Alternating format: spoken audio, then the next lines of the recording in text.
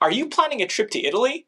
Well, stay tuned because today we're going to tell you some of the most common mistakes that tourists make and most importantly, what you should do instead. Andrea and I live in Italy and we travel all over the country a lot. A lot, yeah. And believe me, we see a lot of tourists making the same funny mistakes. Not so funny. And over again. Yeah. And that's why we came up with this video, to help you avoid making the most common tourist mistakes in Italy. Stay tuned.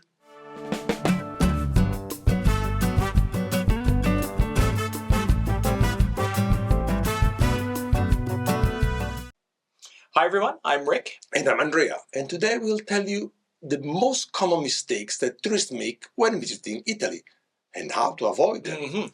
But first, if you like travel-related videos, like this one, now is a great time to the subscribe button down below, so you never miss any future videos. Yes, well, we keep saying that is great advice, and you know what, if you're coming to Italy, who wouldn't want to be watching us, right? Absolutely. So let's begin with mistake number 1, not planning in advance. One of the most common mistakes that we see people make when traveling to Italy is not planning in advance. For example, if one of your stop is Rome and you want to see the Colosseum and the Sistine Chapel, you have to plan in advance and buy your ticket prior departing, otherwise you will risk waiting in line for half a day or more at the ticket office. And they might not even have any tickets left by the time you get there. We've seen this so many times. Yeah. Also, you have to plan your time. Yes. For example, it will be almost impossible to go to the Colosseum and the Forum in the morning and the Vatican Museum and the Sistine Chapel in the afternoon. And believe us, we did that once, and that's a mistake you do only once. Yes. To get the most out of your day, spend some time doing some research or watching travel-related videos like this one. Yes. That way you will know what is important for you to see in each city and buy the ticket in advance, if you require. Yes, and here's a QR code that you can scan with your phone, or you can check the link in the description below for more of the most common landmarks in Italy that you can visit. Absolutely. Okay, so moving on to the second mistake that tourists tend to make when visiting Italy, and that's wanting to see everything. We know that a trip to Italy, for many of you, is a once-in-a-lifetime dream, for so many people. But believe us when we tell you that you won't be able to see everything in one trip. We've lived here for 6 years, and even we haven't seen everything. We see people coming up with itineraries that include, Amalfi, Pompeii, Rome, Florence, Siena, Cinque Terre, Venice, Lake Como, and Milan. In a week. Yeah.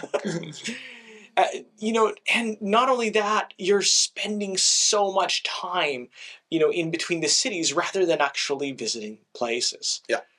When coming up with an itinerary, consider this.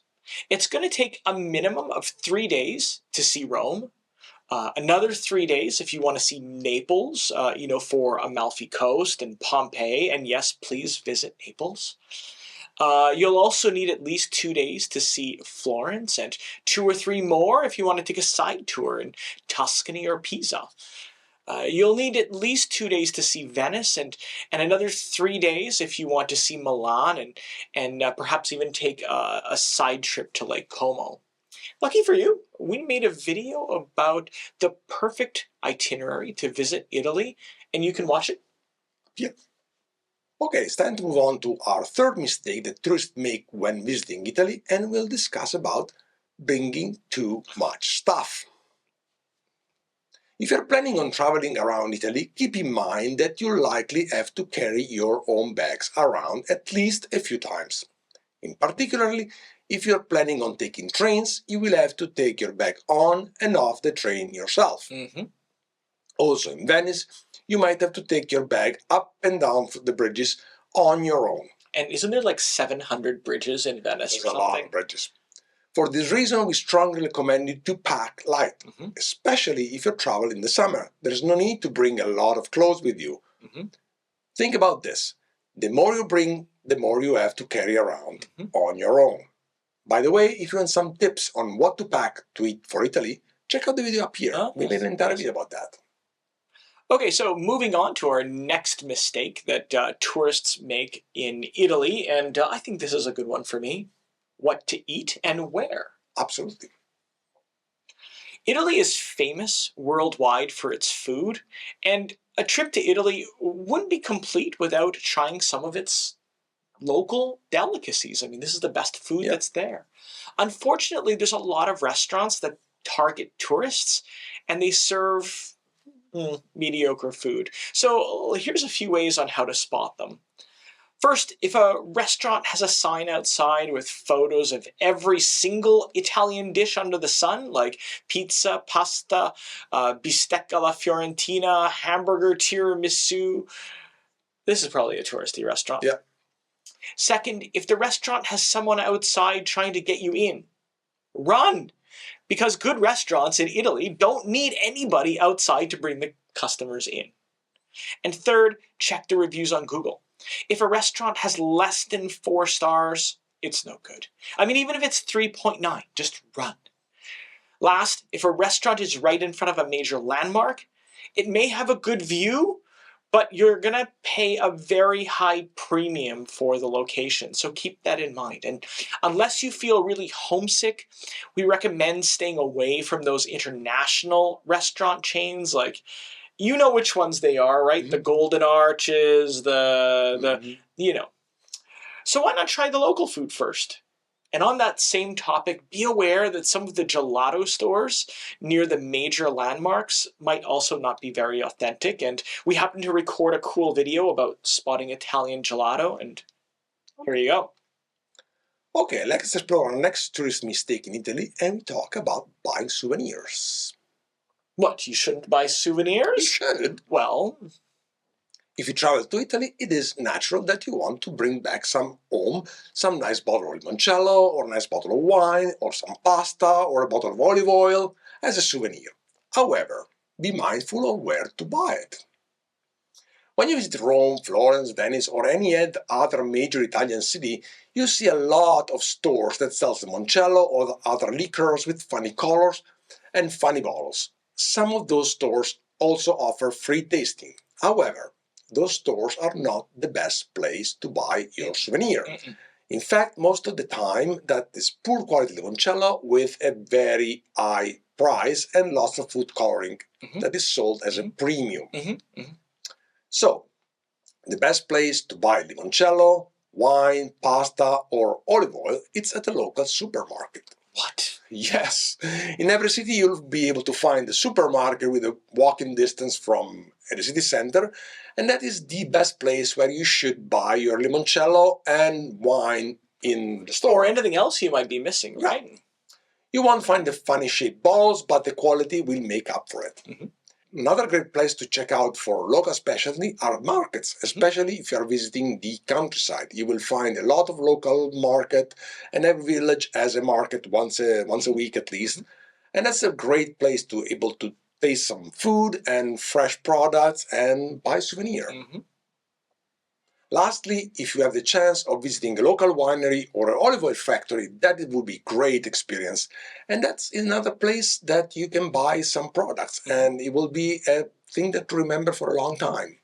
Yep, that's really good advice. I always love going to wineries. Okay, so let's move on to our next tourist mistake that people make in Italy, and we'll talk about what to wear on your trip to Italy. So we mentioned this mistake several times before. When you visit Italy, make sure to wear comfortable shoes, like running shoes, because you're going to have a lot of walking to do. Don't wear flip-flops on the street because you're going to have to walk on a lot of uneven surfaces, and you really don't want to ruin your trip by potentially having to go to the emergency room with a broken ankle or worse, a broken leg. And also bring clothes that cover your shoulders and your knees if you plan on visiting any churches. Otherwise, you might be turned down, especially in Vatican City. Yeah. Okay, let's move on to our final mistake that tourists make in Italy, and we talk about taking photos. Wait, people make mistakes taking photos in Italy? Absolutely.